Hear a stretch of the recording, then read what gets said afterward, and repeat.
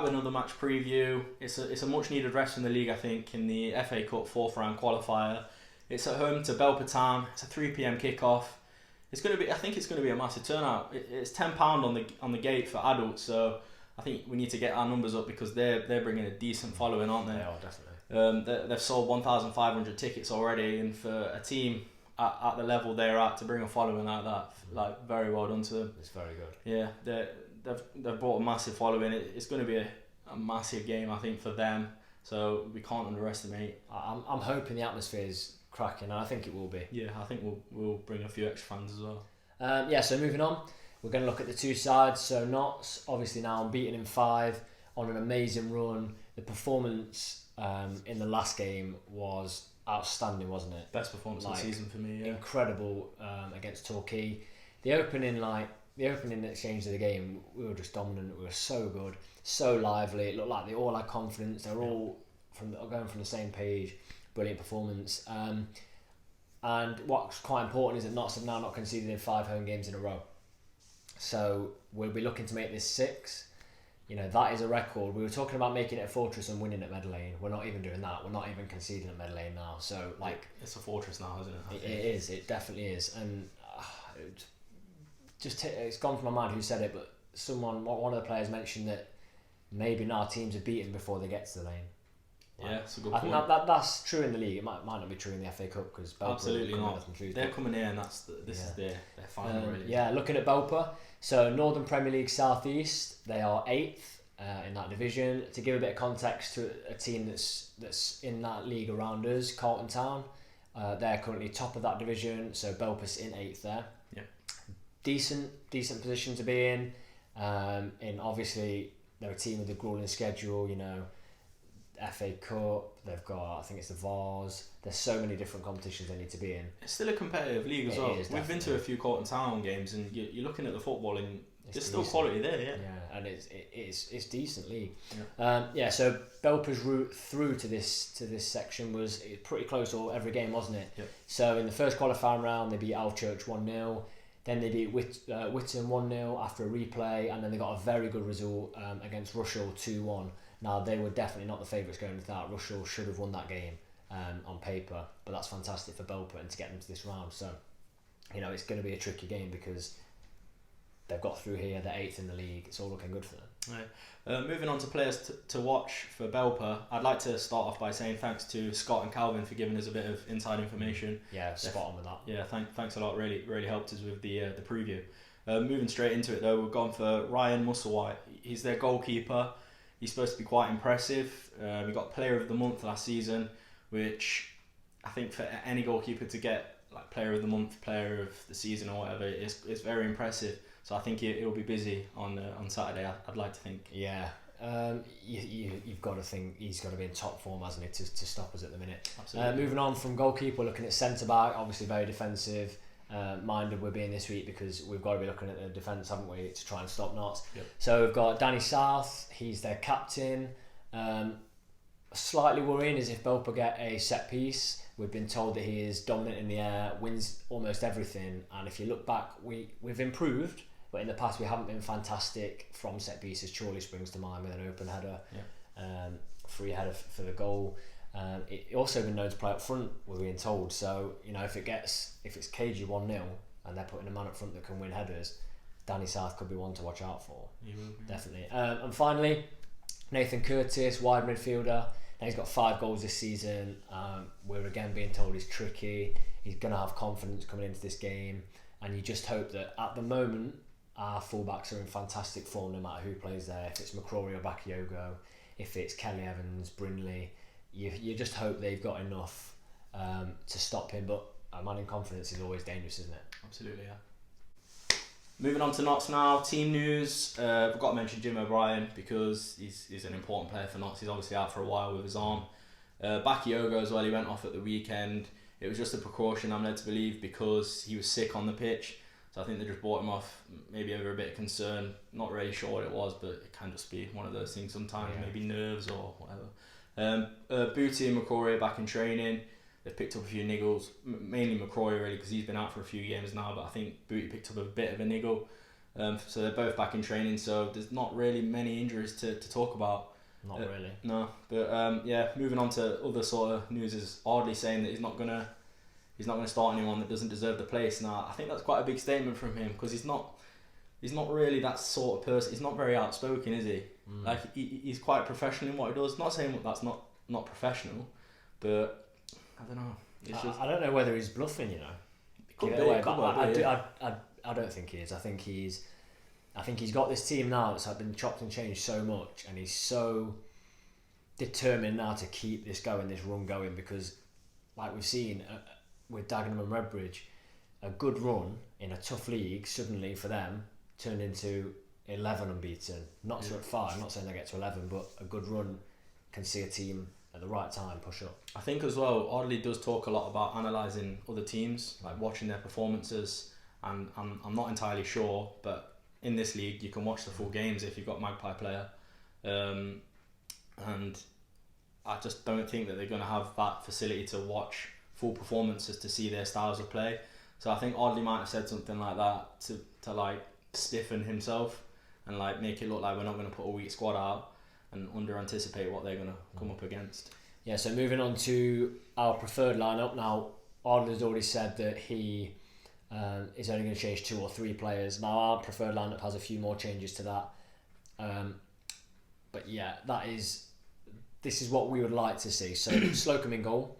I think he has played so well, so consistently, and he would understand being dropped for a cup game, but at the same time, you can't really drop him. You can't. In his form, and there was actually a video put up on the Magpie player of them in training, and he's doing training with the younger keeper, I'm not sure of his name, and Fitzsimmons, and it's like he's the coach the way he was going on in the video. So I think he's a good leader and he's a good speaker from the back. I think that helps massively. Perfect, yeah. Right back, Kelly Evans, he came on against Torquay and he was back to his old self straight away. Yeah. Flying his tackles, holding off players 4 or 5 times his size. He's not the biggest, is he? So no. Kelly Evans right back, just to keep his fitness ticking over, and I think that'll be a good player to start right back. Yeah, I agree. Yeah. Moving on to centre backs though, we'll start with the one that we agree on, Bird. I think he needs to be given a game, like a start, because he's come on a couple of times as a sub and he's looked fairly strong. Like he's come into a few games where it's been like a bit cagey and he's played well, where it's been high pressure. So I think give him a try against Belper. Yeah. Now we're both going to go with Turner, aren't we, at centre back? Yeah. Purely for the fact that we've mentioned in our players to watch that they've got some aerial threats. Yeah. And although Turner could do with the rest, like I wouldn't mind seeing Rawlinson, but Turner offers that aerial like cover and I mean, he's solid, isn't he? Yeah. And I think against a team that are probably going to pump the ball in the box quite a lot and play for set pieces, we've got to have that strong aerial threat. Yeah. And that moves on to our left back, who we could have chosen at centre back, but I think Damien McCrory do. I don't know. I think for me it's the toughest position to choose from at the moment. With McCrory, he's been great for us so far. Even when he's been put at centre back, he's done a great job.